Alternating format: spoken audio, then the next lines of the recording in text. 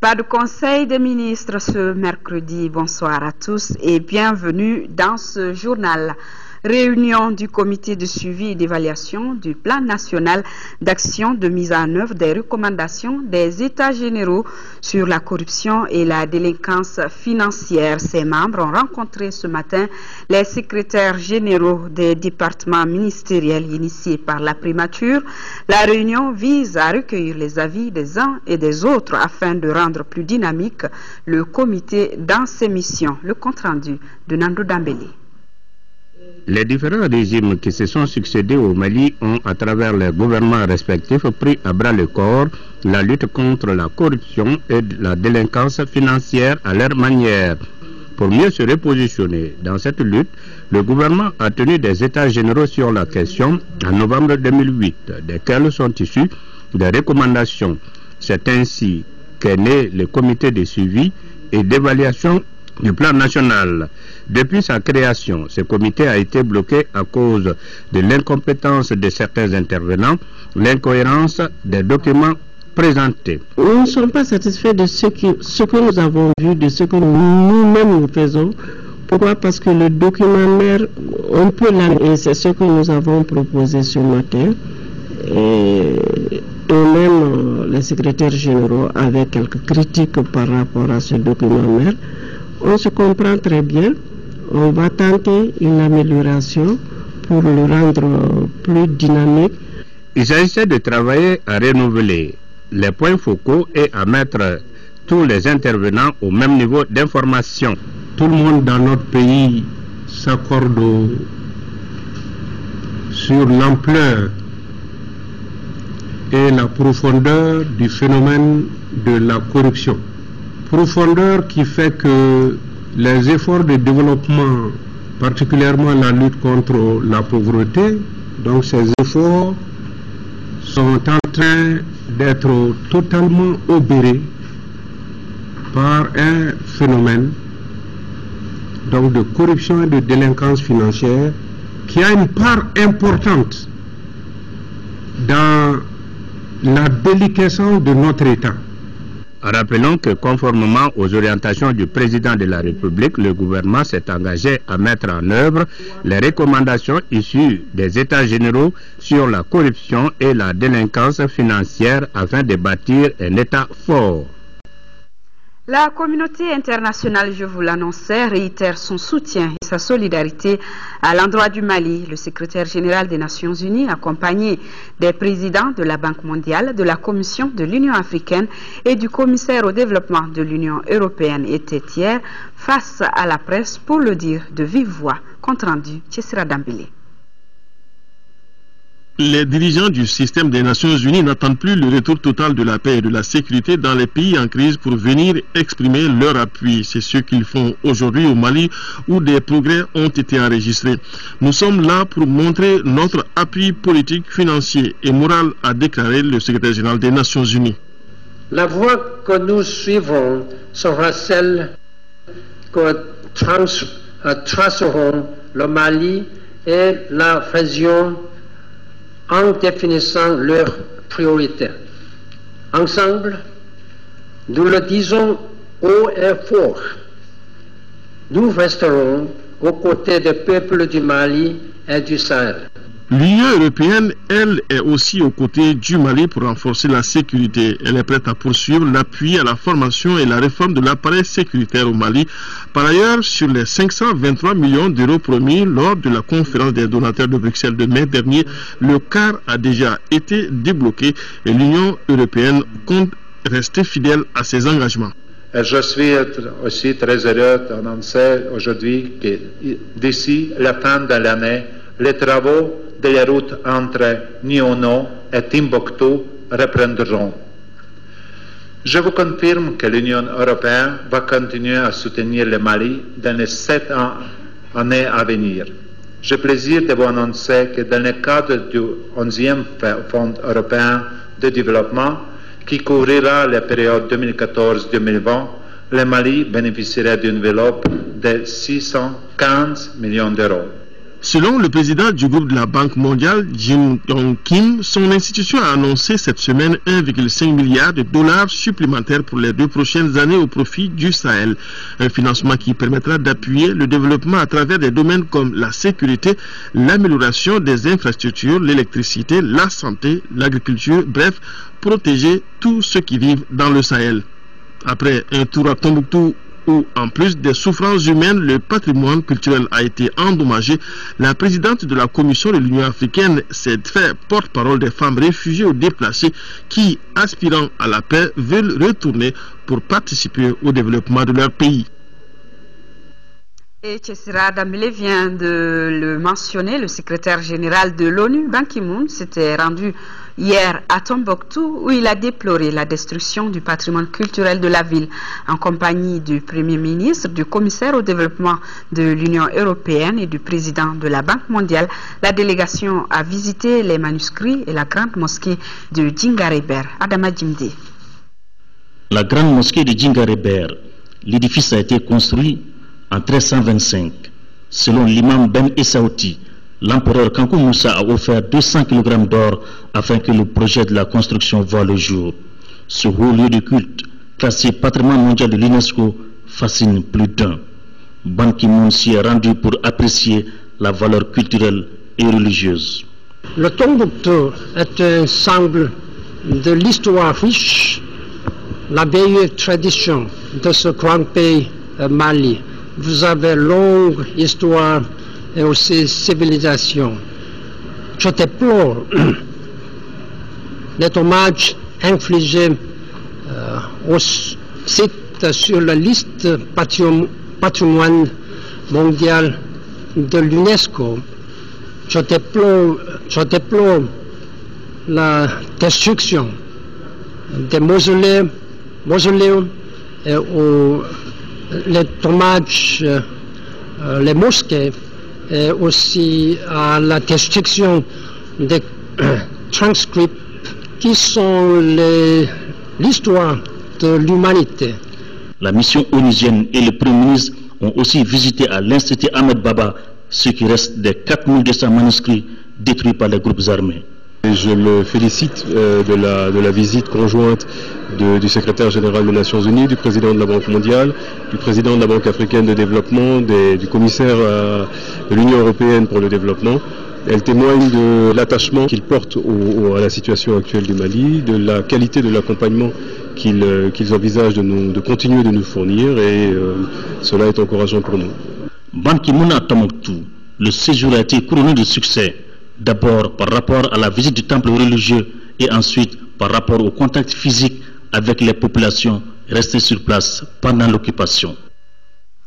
Première sortie de la directrice exécutive de ONU Femmes au Mali. Elle a rencontré hier les femmes leaders du pays. C'était en présence du ministre de la Promotion de la Femme, de la Famille et de l'Enfant. Garibou Pérou, compte rendu.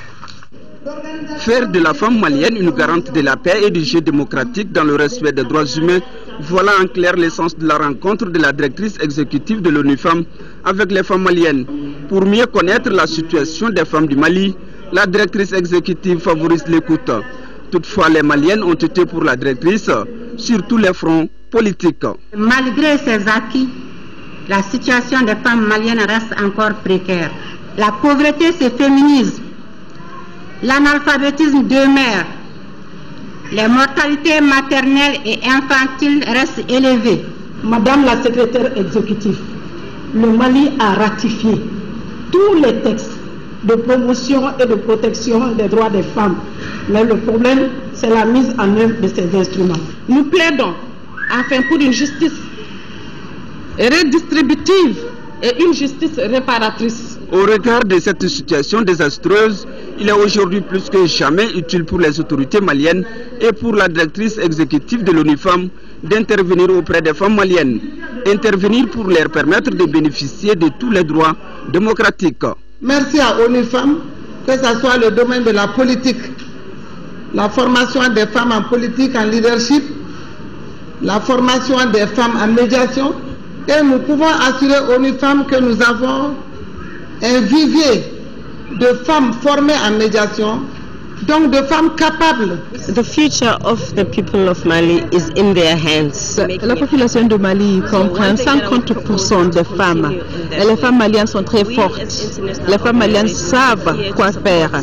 Et les femmes qu'on a rencontrées cet après-midi nous a donné espoir. Ils nous ont démontré leur force.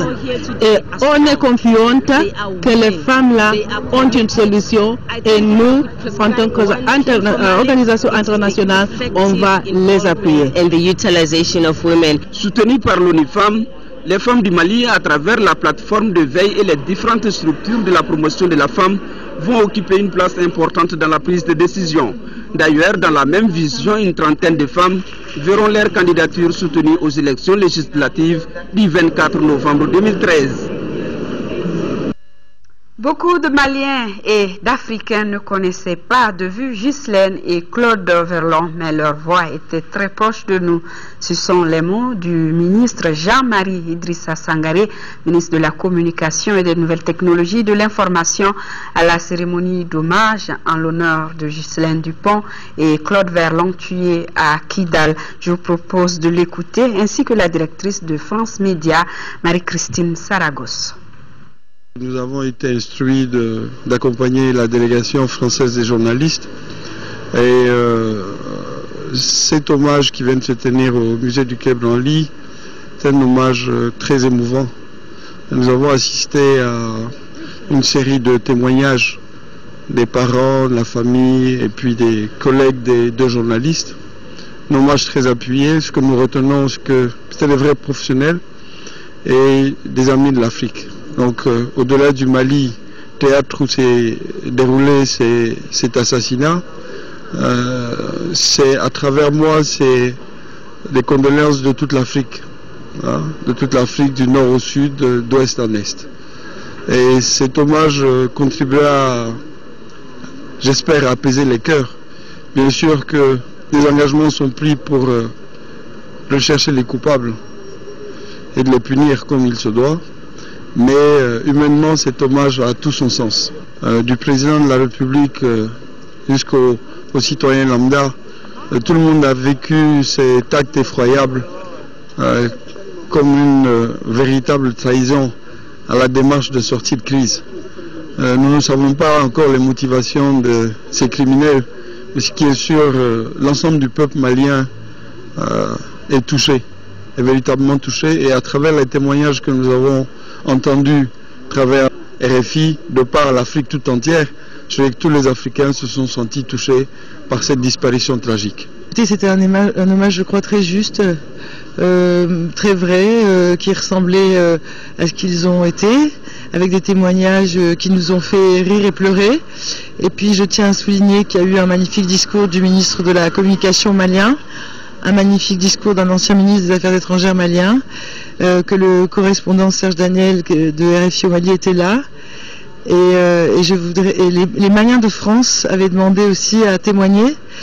Et je voudrais dire à nos frères maliens, à travers leur télévision publique, toute notre affection. Nous savons qu'ils sont en deuil comme nous, qu'ils souffrent comme nous, et qu'ils souffrent du nord au sud dans toutes les parties du Mali. Et je voudrais que cet hommage est en mémoire de ces deux journalistes qui étaient justement allés accompagner la réconciliation nationale.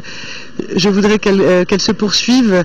Je voudrais qu'un Mali fraternel s'instaure, comme nous aimons aussi notre France fraternelle avec le Mali. On sera toujours aux côtés du Mali. D'ailleurs, dimanche prochain, on sera à Bamako pour International RFI TV5 Monde pour une spéciale délocalisée pour montrer qu'on reste aux côtés du peuple malien. Suite donc à l'assassinat des deux journalistes de RFI, nous continuons de recevoir des messages. Ce soir, ils sont du Front pour le développement du Mali, Nieta Diekoulou, Avocats sans frontières Mali, Union des forces démocrates, UFD, Mouvement national des femmes pour la sauvegarde de la paix et de l'unité, la Coalition nationale de la société civile pour la paix et la prolifération des armes légères et la Fédération des réseaux des femmes africaines pour la paix. condamnent tous cet acte cruel, lequel constitue une atteinte grave au droit à l'information et à la liberté de presse. Ils rappellent aux autorités maliennes que des mesures idoines doivent être prises en vue de restaurer l'autorité de l'État à Kidal. Permettre à l'Institut des hautes études et de recherche islamique Ahmed Baba de Tombouctou de jouer un rôle de leader au niveau national et international. Voilà tout le sens d'un atelier qui regroupe chercheurs et partenaires du Mali ici à Bamako. Voyons les détails avec Mamour Sidibé. Les réflexions sont en cours sur l'évolution de l'Institut des hautes études et des recherches islamiques Ahmed Baba de Tombouctou en une institution universitaire. La création de l'IRAB résulte d'une volonté commune partagée par la communauté internationale à travers l'UNESCO et par les autorités politiques de d'autres pays pour collecter, conserver et exploiter les manuscrits anciens en langue arabe et en toute autre langue qui concerne la culture et l'histoire de l'Afrique. Cependant, l'Institut des hautes études et de recherche islamique Ahmed Baba de Tombouctou s'est consacré à ses missions de collecte et de conservation au détriment de sa mission de formation. À la faveur de cet atelier, les chercheurs et partenaires venus du Mali, de Mauritanie, du Niger et du Maroc vont passer en revue les différentes recommandations de l'atelier tenu en décembre 2010. Déterminer les filières d'enseignement supérieur, universitaire et post-universitaire, proposer le choix de modules d'enseignement et évaluer les besoins en personnel enseignant, évaluer les capacités d'accueil et d'hébergement de l'Institut et définir les besoins conséquents d'infrastructures et d'équipements et déterminer avec les autorités locales un domaine universitaire d'au moins 50 hectares. Les discussions de haut niveau autour de ces recommandations déboucheront certainement sur des orientations allant dans le sens des préoccupations de l'Institut en matière d'enseignement axé sur les manuscrits et les sciences islamiques. Bamako abritera demain jeudi 7 novembre au CICB la première réunion de suivi de la conférence des donateurs tenue à Bruxelles le 15 mai dernier. La réunion initiée par le gouvernement de la République du Mali est placée sous la coprésidence de l'Union européenne et de la France a pour objectif principal de faire le point des annonces faites à Bruxelles lors de la conférence des donateurs. Plusieurs thèmes seront débattus. Il s'agit entre autres des priorités politiques et premier bilan des engagements, situation économique et bonne gouvernance, suivi et coordination de l'action des donateurs. La cérémonie d'ouverture sera présidée par le ministre de l'économie et des finances en présence de son collègue des affaires étrangères. La réunion regroupera plusieurs participants venant de l'étranger comme la Banque mondiale, le Fonds monétaire international et des structures nationales et de la société civile. Quelques jours après les états généraux sur la décentralisation, s'attelle déjà à améliorer le système. Un atelier régional de transfert sur la gestion des centres et dispositifs de formation des collectivités territoriales vient de démarrer dans ce sens. Il réunit une trentaine de participants de 6 pays de la sous-région. Compte rendu Abdelkarim Kaba. Après les 2 phases des cours sur la gestion des centres de formation des collectivités territoriales, Bamako abrite la 3e phase de l'atelier. Une bonne décentralisation ne peut aller sans une bonne gestion administrative et financière des centres et dispositifs de formation des collectivités territoriales. D'où la tenue de cet atelier. L'enjeu est d'une très grande importance. Il s'agit d'assurer le succès des réformes de décentralisation au niveau de différents pays par la mise en œuvre d'actions d'accompagnement, de formation et de sensibilisation des acteurs. Au moment où le Mali, notre pays, vient d'engranger les résultats positifs des derniers états généraux de la décentralisation tenus du 21 au 23 octobre dernier, nous demeurons convaincus que la qualité des ressources humaines conditionne fortement la réussite du processus de décentralisation. Seuls les centres et dispositifs de formation spécialisés dans le renforcement des capacités des élus et agents des collectivités territoriales constituent la réponse pertinente aux grands défis du développement et de la bonne gouvernance locale. Environ une trentaine de directeurs et responsables de centres et dispositifs de formation de la collectivité territoriale des 6 pays, à savoir le Bénin, le Burkina Faso, Le Niger, le Sénégal, la Mauritanie et le Mali prennent part à la présente session. Cela va changer beaucoup sur la gestion de l'équipe que nous avons. Donc, nous allons tout faire pour motiver l'équipe en place. Ensuite, par rapport à la gestion financière, on nous a donné des éléments de gestion et nous serons à mesure de corriger nos lacunes, nos insuffisances avec ces nouveaux éléments de gestion.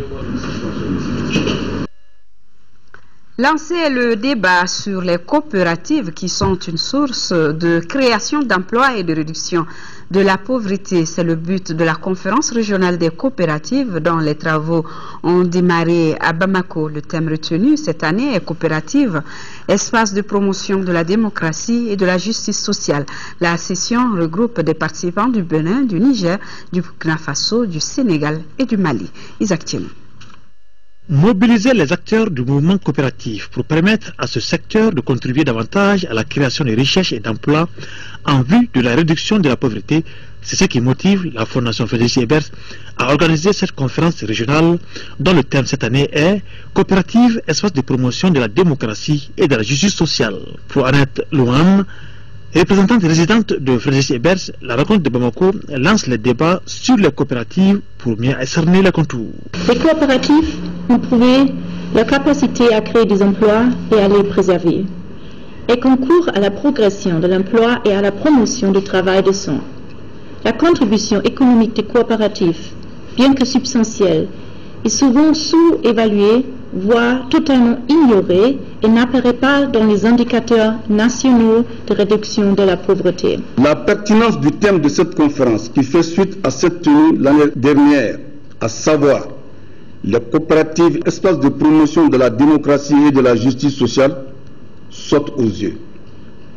Je puis d'ailleurs affirmer qu'à l'heure où le Mali est en phase de sortie de crise, toute réflexion visant à consolider les acquis démocratiques dans le contexte d'un approfondissement de la bonne gouvernance et de la décentralisation est la bienvenue. Les coopératives ont encore beaucoup de défis à relever compte tenu des insuffisances dans le secteur. Un plan d'action est envisagé par le département de tutelle. À cette conférence régionale prennent part le Bénin, le Burkina Faso, le Niger, le Sénégal et le Mali. Formation toujours avec celle des 100 premiers imams maliens par le Royaume du Maroc qui entre dans sa phase active. La promesse du roi se concrétise ainsi avec la rencontre entre les nouveaux boursiers d'une part et les membres du gouvernement et l'ambassadeur du Maroc d'autre part. Compte rendu à Husseini Touré. C'est dimanche prochain que les futurs imams maliens s'envoleront pour le Royaume du Maroc. Ils sont au nombre de 100 et ont été sélectionnés selon des critères rigoureux fixés conjointement par le Mali et le Maroc. Parmi ces critères, la maîtrise du Coran et de l'arabe, le diplôme du DF, du bac, de la licence ou de la maîtrise. Les critères étaient très durs, mais je crois que tout s'est passé dans la transparence. La suite, Inch'Allah, se passera au Maroc dans quelques jours. Je crois que nous vivons une journée vraiment historique. Pour la partie malienne, il s'agit d'une occasion inouïe de renouer avec un islam d'ouverture et de tolérance. Dans le programme de cette formation, qu'on inclut la formation professionnelle pour que nos imams puissent se prendre en charge. Ou ceux qui n'auront pas la chance aussi d'être des imams de mosquée peuvent être non seulement des connaisseurs, mais aussi bénéficier de savoir-faire de Marocains. Le ministre chargé des Affaires religieuses et du culte rappelle la signification de cette offre de Sa Majesté, le roi du Maroc. Cherchez le savoir, allez-y jusqu'en Chine, disait notre prophète, paix sur lui.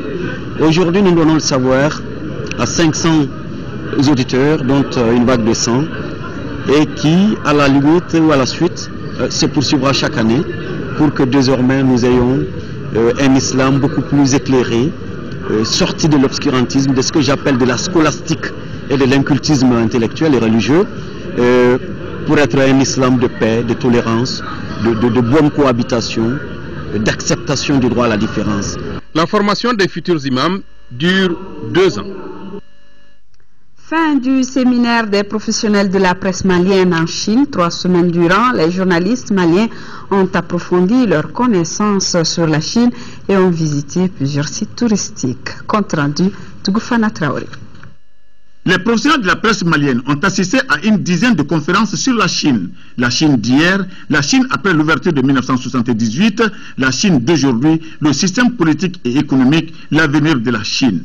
En marge des conférences, les grands médias chinois ont été visités par les professionnels de la presse malienne. Les organes comme la Chine Today, la télévision centrale de la Chine, la maison de l'Internet, la radio Chine internationale ou encore l'agence Chine Nouvelle. Les sites touristiques visités par les séminaristes sont le palais impérial, Temple of Heaven, la place Tiananmen ou la Grande Muraille. Cette forteresse a été érigée par les Chinois il y a 600 ans pour contrer l'arrivée de l'envahisseur. Tout compte fait, la Chine aura fasciné les professionnels de la presse malienne. Moi, je suis comblé, je suis honoré, j'ai appris beaucoup de choses. Vous savez, cette Chine dont on parle, cette Chine chimérique, est une réalité qui ne s'apprend, qui ne se connaît que lorsqu'on a vu. J'ai été impressionné par leur respect envers les personnes âgées, leur sens élevé du patriotisme, leur amour pour le travail bien fait. J'ai été impressionné par les merveilles de la Chine, par exemple la Grande Muraille, la perle de l'Orient à Shanghai. Donc je suis très contente. C'est vraiment un séminaire réalisé avec succès dans tous les domaines, tant au plan de l'organisation que dans les contenus, au niveau des conférences, mais aussi au niveau des sites touristiques. Vous avez pu observer toute la communion qu'il y a eu entre les hommes des médias et la population chinoise. Comme vous l'avez constaté, ce séminaire des professionnels de la presse malienne leur a permis non seulement de s'imprégner des réalités de la Chine au présent, mais aussi et surtout de côtoyer les médias chinois dans sa globalité. Le but visé par les deux gouvernements étant de favoriser ou de renforcer la participation de la presse au développement socio-économique des deux pays. Et ici, à Bamako, le gouverneur du district informe les chefs de services régionaux du district de Bamako que dans le cadre de l'organisation des élections législatives 2013, certains de vos agents ont été retenus comme agents électoraux. Une formation d'une journée pour la bonne tenue des bureaux de vote se tiendra à partir du 7 novembre suivant un calendrier établi de concert avec les maires des communes. Le maire invite en conséquence à accorder aux agents concernés une autorisation spéciale pour leur permettre de prendre part aux formations programmées. Le projet d'éducation citoyenne et monitoring des élections 2013 a lancé ce matin la deuxième phase de son programme relatif à l'éducation citoyenne. Le projet en question permet une plus grande implication de la société civile. Grâce à lui, les citoyens seront suffisamment renseignés sur le processus électoral. Abdrahman Mega. Le projet d'éducation citoyenne a permis au Mali d'atteindre des résultats encourageants lors de la présidentielle de 2013. Au nombre de ses performances, l'augmentation du taux de participation à la présidentielle, la forte implication des acteurs de la société civile au processus électoral et l'acceptation des résultats obtenus par les candidats en liste. Ces acquis, le programme d'éducation citoyenne et de monitoring des élections a décidé de les appliquer aux législatives du 24 novembre prochain. Nous sommes à nouveau, après l'élection présidentielle, à une étape cruciale de la vie démocratique du Mali, où les citoyens vont choisir leurs représentants à l'Assemblée nationale. Il s'agira de faire en sorte que les citoyens comprennent mieux le rôle du député, sa responsabilité envers les électeurs et les voies et moyens par lesquels un contrôle citoyen peut être exercé sur son action parlementaire. Avec ces projets, le programme d'éducation citoyenne et de monitoring des élections accompagne le Mali pour mieux réussir ce second rendez-vous des Maliens avec les urnes. Les principales innovations que nous aurons pour cette phase, c'est de toujours continuer l'éducation civique électorale en ciblant vraiment les zones à enjeu, les zones potentielles ou qui seront très disputées entre les différentes listes de candidats. Nous allons également développer des programmes accessibles sur le mobile qui vont permettre aux citoyens de recevoir des informations en temps réel sur le processus électoral. Ce projet sera mis en œuvre à travers 4 volets, à savoir l'éducation citoyenne, le monitoring des élections, la formation et monitoring des médias et enfin le pôle d'observation citoyenne électorale. Et dans le cadre de l'organisation de la campagne médiatique des élections législatives, le président du Comité national de l'égal accès aux médias d'État invite les candidats dont les noms suivent à se présenter au siège de l'organe le jeudi 7 novembre pour l'enregistrement de leur message de campagne. 9h MPJS, 9h20, PSDM, 9h40, PDPM, 10h, PDM, 10h20, FAMA, 10h40, PECSAM, 11h CENAS, 11h20 URD, 11h40 phare, midi MPC, midi 20 BMDT, midi 40 RPC, 13h indépendant CAI Chidéon, je pense, c'est Chidéon, 13h20 Alliance 2013, 13h40 PLA, 14h CDS. Et juste après ce journal, vous pourrez suivre les messages de campagne des candidats indépendants CARSOC, indépendant RDC 1, PS Yelekura, Implus Ramata, Bara, MDD, Adema PSG, Yelema, ANC, indépendant Alliance Commune 1 et UNPR. Lancement hier à Koulikoro du projet de dynamisation du dialogue communautaire sur le changement climatique pour la protection de l'environnement au Mali. À travers la sensibilisation, le dit projet veut atténuer la dégradation de l'environnement et le changement climatique par la mobilisation des médias traditionnels au niveau communautaire. Koulikoro, le compte-rendu de Seydou Traoré. Ils sont environ une centaine d'acteurs élus communaux, chefs traditionnels et coutumiers venus des 7 cercles de la 2e région à prendre part à cette vaste campagne d'information, de sensibilisation et de formation sur les fondements de l'environnement. Par ce projet de dynamisation du dialogue communautaire sur les changements climatiques pour la protection de l'environnement, l'initiateur et ses partenaires veulent renforcer la capacité des médias traditionnels. Ce message-là, nous pensons que ça nous permettra effectivement de diminuer les effets du changement climatique sur nos activités de production agricole, nos activités d'élevage et les activités de pêche. En faisant cette approche, on va mobiliser davantage toute la composante de la société pour mieux communiquer sur les changements climatiques, la problématique, les enjeux et les défis. Ce forum qui vient d'être lancé à Koulikoro devra permettre à l'Agence de l'environnement et du développement durable AED2, son partenaire le PID et le prestataire qu'est les Monzons, de répondre à la question comment mieux communiquer sur l'environnement et le développement durable. Au niveau national, le Mali a développé différentes actions, mené des études et mis en œuvre divers programmes et projets. Toutes ces initiatives trouvent leur pleine expression à travers la politique nationale et la stratégie nationale sur les changements climatiques. Ce projet de dynamisation du dialogue communautaire sur les changements climatiques pour la protection de l'environnement touchera les 703 communes, les 47 cercles et les 8 régions du Mali. Actualité régionale toujours, mettre en place une chaîne de valeur pour une meilleure promotion de la culture du sésame. C'est l'ambition des Burkinabés et Maliens sur l'initiative de l'ONG ADAC avec l'appui financier de Christian Aid. Ils sont réunis depuis hier à Sikasso. Le compte-rendu de Fatoumata Diallo. Le sésame, objet du présent atelier, est l'une des cultures à grande productivité qui occupe une place de choix dans l'amélioration des revenus des ménages les plus vulnérables. D'où la motivation à l'origine de cet atelier sous-régional initié par l'Association pour le développement communautaire ADAC avec l'appui financier de Christian Aid pour la promotion de cette filière. Qui connaît les caractéristiques du sésame verra facilement que le sésame, c'est une culture qui est plus à la portée des ménages les plus vulnérables. Les participants venus du Burkina Faso et de l'intérieur du pays vont 2 jours durant faire l'analyse des principales contraintes et opportunités de développement de la filière sésame au Sahel et élaborer un plan d'action pour sa mise en œuvre. C'est une culture qui réussit plutôt bien en milieu aride, semi-aride. C'est une culture qui est plutôt accessible aux populations les plus vulnérables, y compris les femmes. Cette rencontre va nous permettre de voir quel est le lien que les différents acteurs peuvent mettre ensemble. Voilà comment on doit s'organiser ensemble pour promouvoir la chaîne de valeur.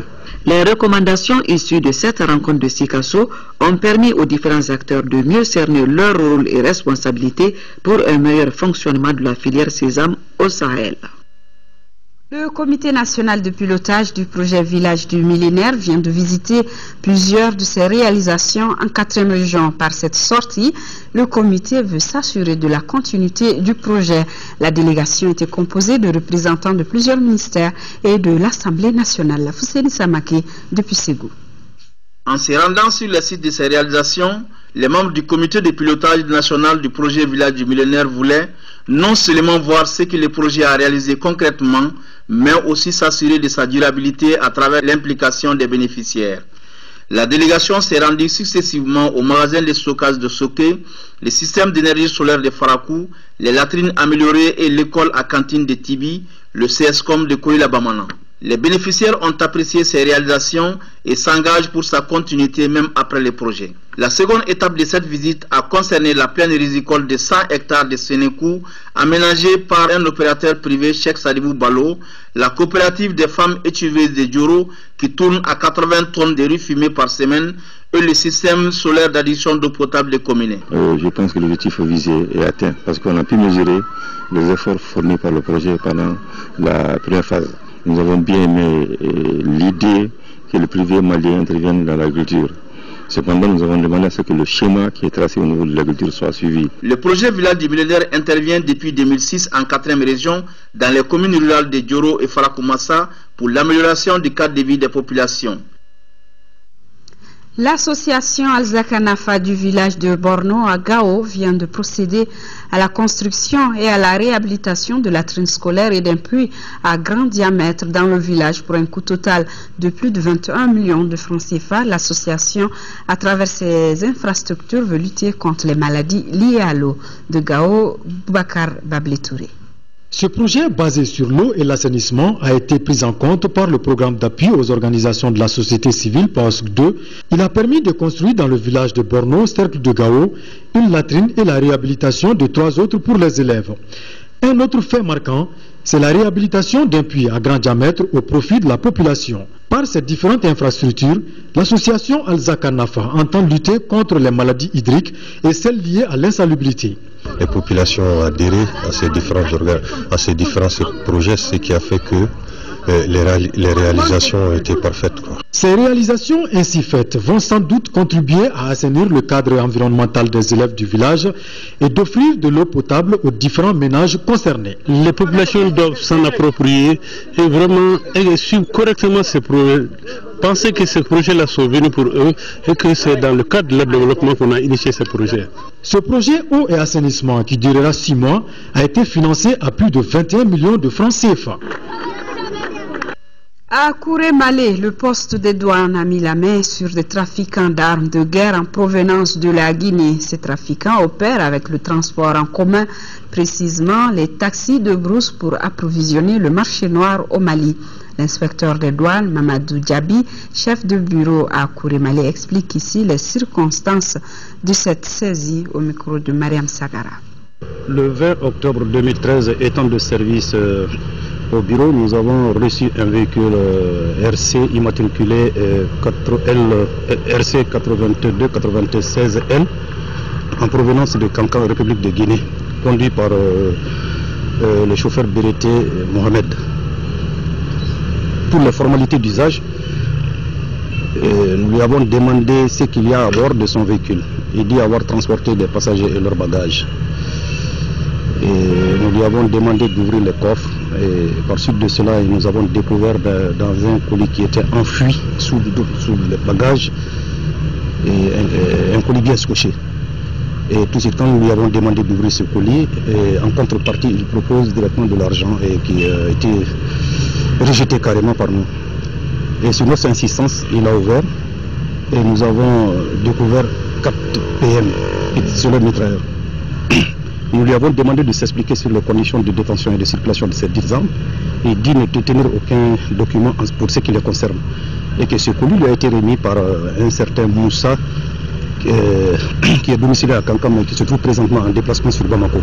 Il fallait tout faire pour retrouver directement ce direct. Nous avons sollicité le concours de la brigade de la gendarmerie de Narena et pour aller chercher directement le nommé Moussa en question. Une mission fut dépêchée à cet effet. Et c'est aux environs de 16 h que j'ai été téléphoné par le CB adjoint comme quoi ils ont pu arrêter le nommé Moussa, qui au niveau de l'autogare qui attendait patiemment directement ce colis. Il fut immédiatement conduit à la gendarmerie de Narena pour le reste des enquêtes. C'est Moussa est un Malien. La destination de ces armes par Moussa, parce que la question de savoir maintenant, c'est au niveau de la gendarmerie qui vont poursuivre les enquêtes et ils pourront directement vous fournir tous les renseignements utiles par rapport à cela. Nous poursuivons avec ce communiqué du ministre des Domaines de l'État et des Affaires foncières qui informe les détenteurs de droits sur les immeubles situés dans l'emprise des travaux de construction des logements sociaux de Ntabakoro et les servitudes des travaux de construction des voies d'accès au 3e pont de Bamako, côté Sotuba ACI et côté Missabougou Yirimadjo, que les travaux de la commission d'indemnisation démarreront le jeudi 14 novembre 2013 et se poursuivront tous les jeudis à partir de 7h30 dans les locaux de son département à la cité administrative, bâtiment numéro 2, premier étage. Les intéressés sont priés de se munir des documents originaux relatifs à leur immeuble et des mandats éventuels établis par acte notarié. Cet autre communiqué toujours du ministre des Domaines de l'État et des Affaires foncières qui informe les détenteurs cette fois de droits réels sur les immeubles situés dans l'emprise et les servitudes des travaux de construction de la cité universitaire de Kabala et des voies d'accès à la dite cité commune rurale de Kalabankoro que les travaux de la commission d'indemnisation démarreront le mercredi 13 novembre 2013 et se poursuivront pour tous les mercredis à partir de 7h30 dans les locaux de son département à la cité administrative, bâtiment numéro 2, premier étage. Les intéressés sont priés de se munir des documents originaux relatifs à leur immeuble et des mandats éventuels établis par acte notarié. Pose de la première pierre de 800 logements sociaux à Sénou pour les travailleurs de Randgol à travers Somulo, la société minière de Loulou, exécutée par le groupement immobilier d'entreprises de construction. Le coût total de ces réalisations est estimé à environ 12 milliards de nos francs. Mohamed Ould Mamouni. Ces 800 logements sont de type F2, F3, F4 et F5. La première phase de ce projet concerne la construction de 200 logements sur une période de plus de 6 mois.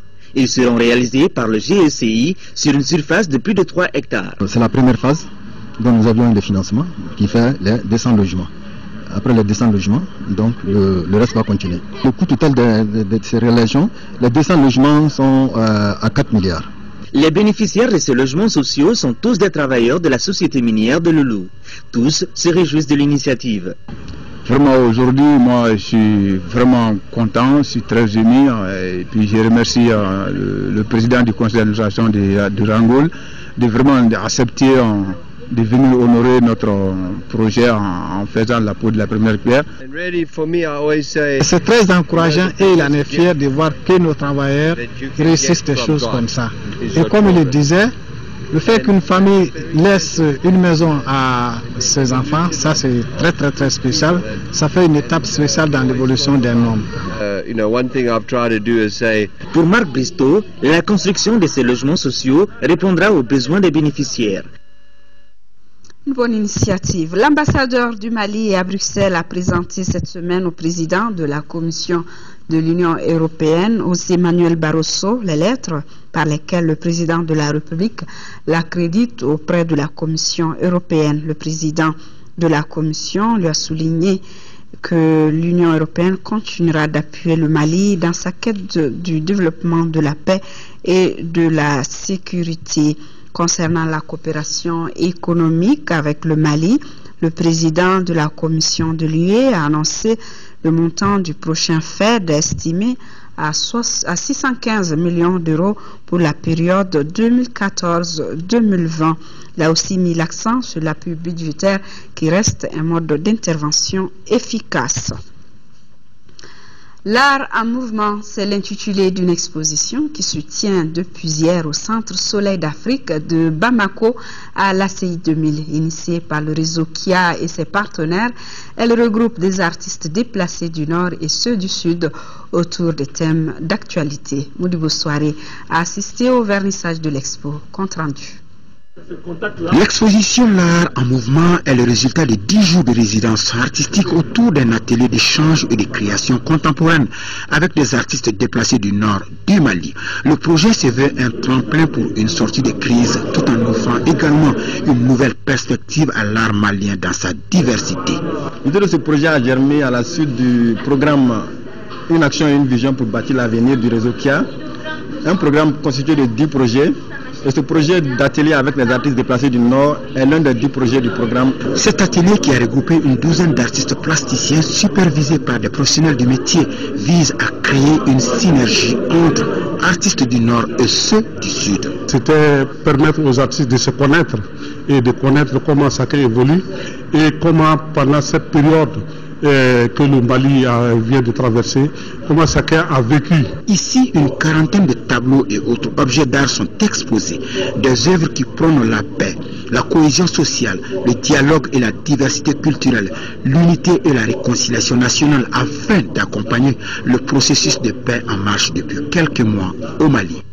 Ici, j'ai plusieurs œuvres, dont la première est celle-ci, dont l'idée maîtresse est la femme comme noyau de la société. Il faut que les hommes pensent aussi aux femmes, qu'elles peuvent contribuer au processus de réconciliation au Mali.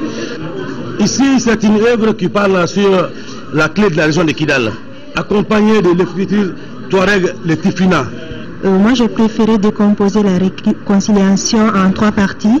Et la première partie est intitulée Division, qui nous invite à faire un pas en arrière pour voir tout ce que le Mali a subi comme mot. Et la deuxième partie est intitulée Cohésion, qui invite les uns et les autres à une cohésion sociale pour une réconciliation durable. Et enfin, la troisième partie, c'est l'union. Le réseau KIA, à travers cet atelier de création contemporaine, entend créer un lien entre artistes du Nord et ceux du Sud de notre pays. En somme, une main tendue aux artistes déplacés du Nord afin qu'ils ne se sentent pas délaissés. Des tableaux très expressifs. L'expo se poursuit jusqu'au 25 novembre prochain au Centre Soleil d'Afrique à la CI 2000, nous signale Modibo Soirée.